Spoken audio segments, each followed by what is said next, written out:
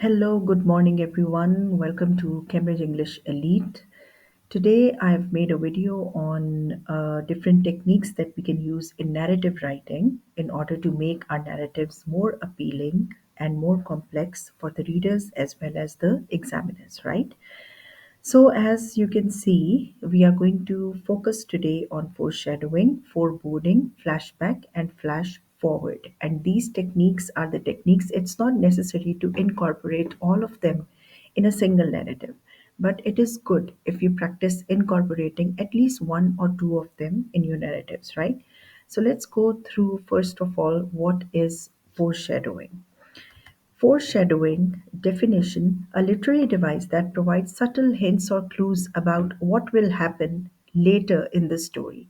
So, foreshadow is a clue, it's a hint, right? And the hint can be in form of a dialogue, it can be in form of an object, it can be in form of weather, and that is actually giving you a clue what is going to happen later in the story.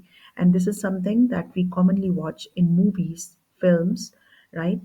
Sometimes something happens in the beginning, or sometimes, for example, a person meets a stranger, right? And that stranger, he remembers, and later on in the story, he turns that stranger turns out to be the villain, and then we that is that meeting, the glimpse of that stranger, the meeting with that stranger, the meeting of the protagonist with that stranger, that is actually something that hints that something is going to happen later in the story. It's not always bad, I'm coming to that point. So let's move forward. The purpose of foreshadow is to create suspense, prepare the reader for upcoming events without necessarily evoking negative emotions. The tone is neutral or positive, though it can also suggest tension. So basically, the purpose of foreshadowing is to create suspense. It is actually to prepare the reader that something is going to happen in future, right? That something that is going to happen in future. It's not necessary that thing is always, bad. It's negative. No, it can be neutral. It can be positive, right? It is a kind of a crucial event that is going to happen later in the story. And these foreshadows, they sound really good. They make your narrative sound really complex for the examiners, right? But the thing is that you should be including foreshadow in a way that the examiner, the reader, understands that this is something important. That is, this is something which is hinting at probably any future event that is going to happen, right? Okay, so moving forward, different types of foreshadowing. I have highlighted over here two types: symbolic foreshadowing, dialogue foreshadowing, and the third one as well, three types, sorry, visual foreshadowing. Symbolic foreshadowing involves symbols or metaphors that represent future events. During the family's road trip, the father insists on ignoring the warning signs about an incoming storm, muttering, "We'll be fine, we have driven through worse." A dark cloud looms over the horizon as they continue driving, subtly hinting at impending disaster. So I tell you, symbol is a thing that is actually um, telling you, that is actually hinting, giving you a clue that something is going to happen.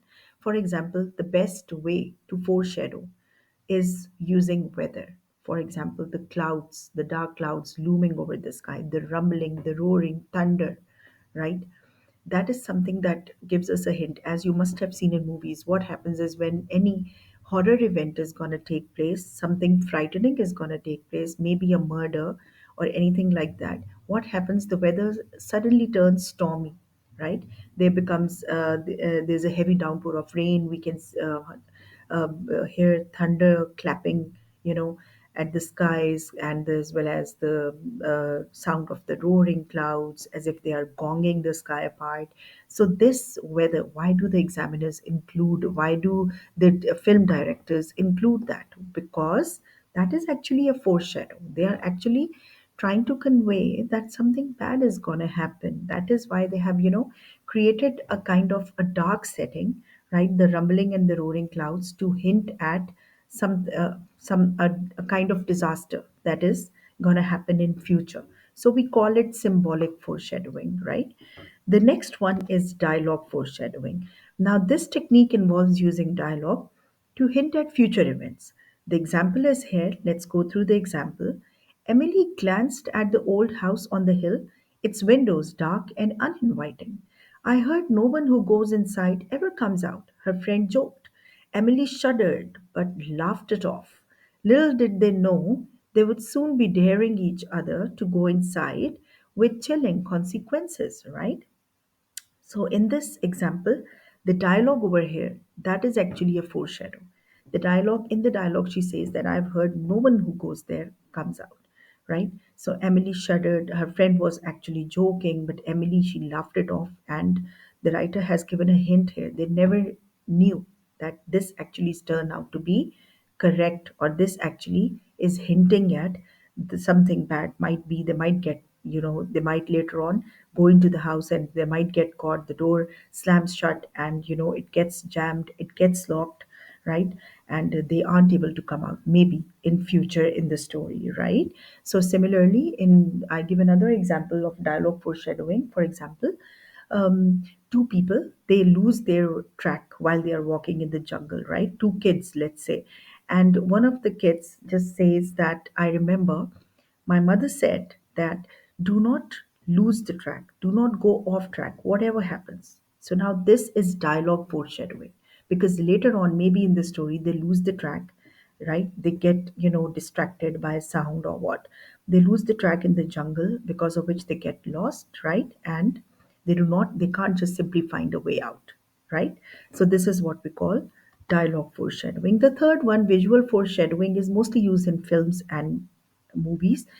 Let's read it out. A technique where visual elements such as objects, symbols, settings, or actions hint at events or outcomes that will occur later in the narrative. The example I've included here is in the film The Lion King. When young Simba and Mufasa talk in the Pride Lands, the shadow of a vulture can be seen circling overhead. This subtly foreshadows the danger and that will come later in the story. So, vulture, you are actually visually hinting at something that is going to happen, like for example, through what? Through any object, through symbols that we did earlier, through setting like the weather that turns suddenly stormy, or through an action, right? So this visual foreshadowing, symbolic foreshadowing, they often merge with each other, right? So there's a very thin bound, the line is very blurred between both of them. The example is over here, the vultures which are circling overhead. Vultures, they feed on dead bodies, right? So, vultures, they become a symbol of fear. They, for example, later on in the story when Mufasa gets killed, so it's actually he vultures are gonna feed on him, right? So this is what we call visual foreshadowing. Okay, coming to foreboding. Now, forebodings is also something that is often confused with foreshadowing. Foreboding is also a kind of foreshadowing, right? Let's read it out and let's figure out the difference. Definition: a form of foreshadowing that specifically conveys a sense of impending danger or negative outcomes. Purpose of foreboding is that it builds tension, it creates a feeling of unease or dread in the reader, and the tone is dark, ominous, or negative. Now, foreboding is something which is always hinting at something bad or negative that is gonna happen. That's not the case with foreshadowing. It's not always negative. It might be a good event later in the story. For example, I go out in my story, I'm the main character, and I go out and I can see that there is sun shining brightly. Now, that is something, maybe something happens in the story, or I can see maybe in the midst of all the tragedy that I'm going through, I can see some, birds, sparrows chirping in the sky or knocking on the window with their beaks, and, they are chirping, chit chatting, like chirping, and, they are just a kind of scene that I create that is actually the happy birds I'm showing, right? So, why do I show that? Because in the midst of that tragedy, I'm hopeful something good is going to happen. So, that is also foreshadowing, right? Foreboding is something negative that is going to happen. For example, mostly, what happens?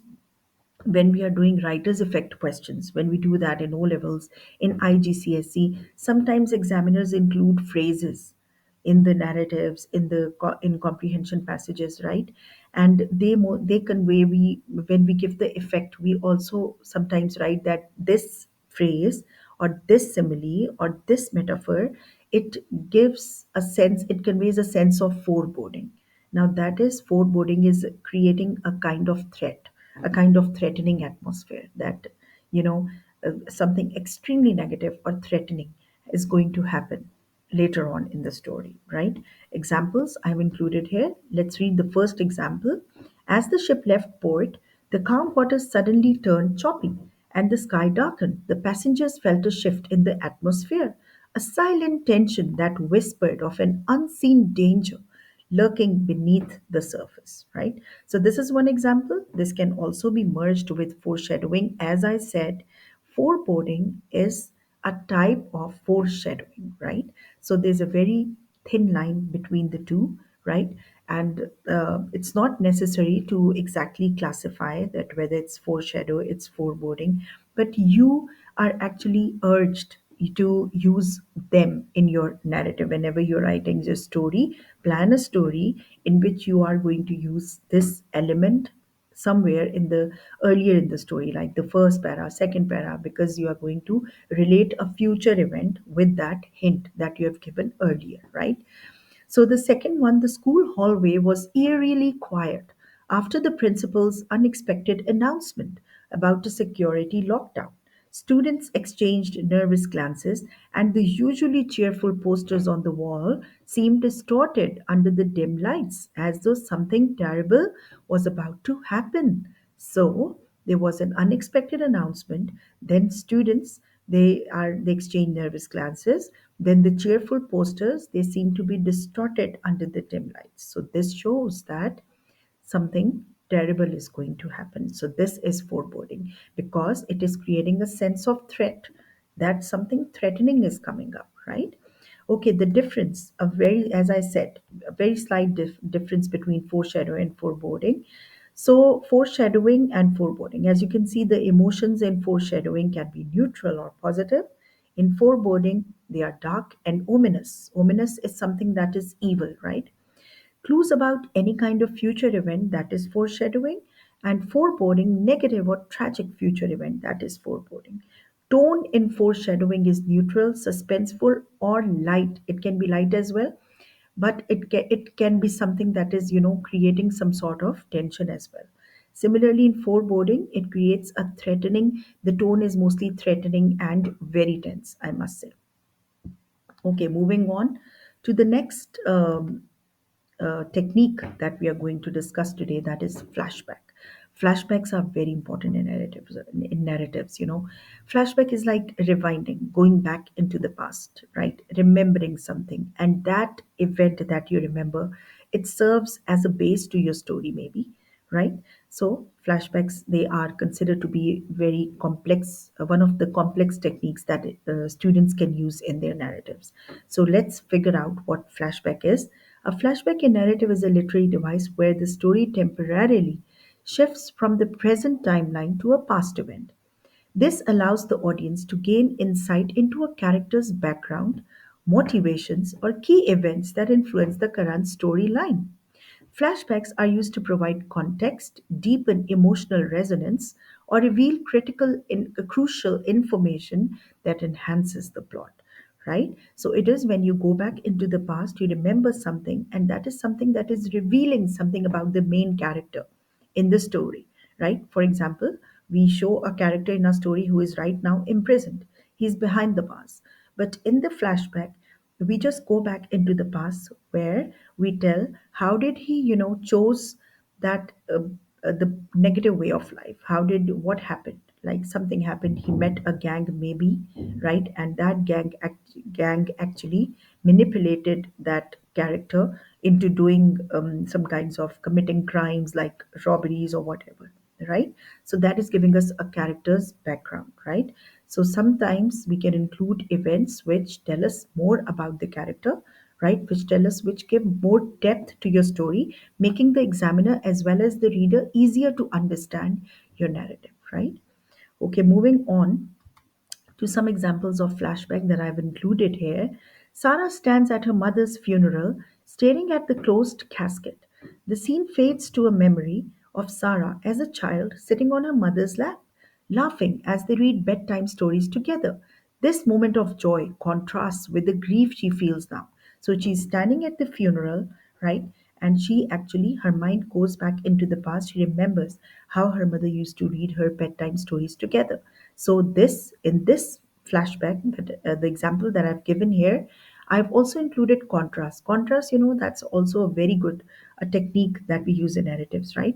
And contrast is like a setting of an emotion of joy, a scene of joy. It contrasts with a scene of sadness, right?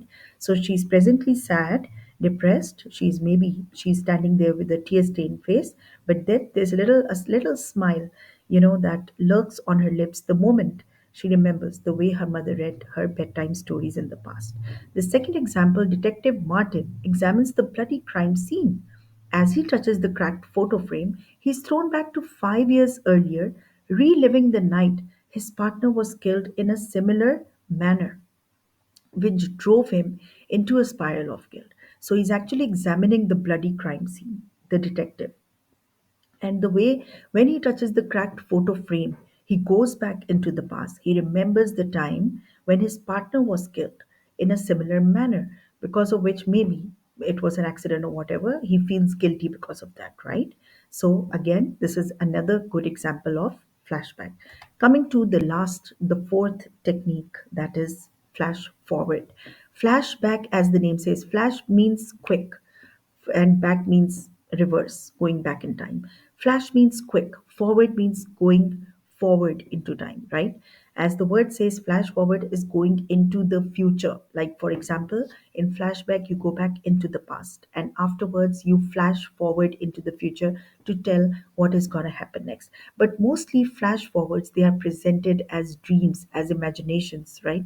The characters go through. Like, for example, a person who is obsessed and he obsessed with the idea of being the best player in the world, of holding a trophy, standing on the stage, right, making everyone proud, feeling proud. That person who is obsessed with that idea, what he does is he daydreams. He dreams as if he is, standing on the stage, and the audience, they have, there's a thunderous applause that is in the air. The audience, they are clapping, cheering, chanting his name out, right? And that is actually imagination. That is actually he's imagining that what he wants to be later in life. Similarly, for example, if there's a murderer on the loose in the city, so you imagine yourself being killed. You imagine yourself as if you're lying dead in a pool of blood, right? And that imagination, that is flash forward. You go, flashing into the future to tell that you're going to die maybe at the end. But that flash forward, you can change as well later on. Give a hint that you imagine as if you're going to die, but later on you can end in a cliffhanger or whatever, the other kinds of story endings. Okay, coming to the next slide. Uh, Flash forward is a narrative device where the story temporarily moves forward in time to depict events that will happen later in the storyline. This technique provides a glimpse into the future, often creating suspense, anticipation, or dramatic irony by hinting at how current events will unfold or end, right? So it creates suspense, it creates a kind of anticipation, it creates a kind of curiosity, that something later on this is going to happen, right? So this is the last technique, that is flash forward. Today we discussed four types of techniques, that is foreshadow, foreboding, flash back, and flash forward, right? I'll be making another video in which I'll be discussing different ways of opening a narrative, story openers, the way you can end the narratives, right? And I'll be doing a lecture in which we are going to identify different parts of narratives, right? So if you like this video, please like and subscribe my YouTube channel, Cambridge English Elite. Thank you. Bye bye.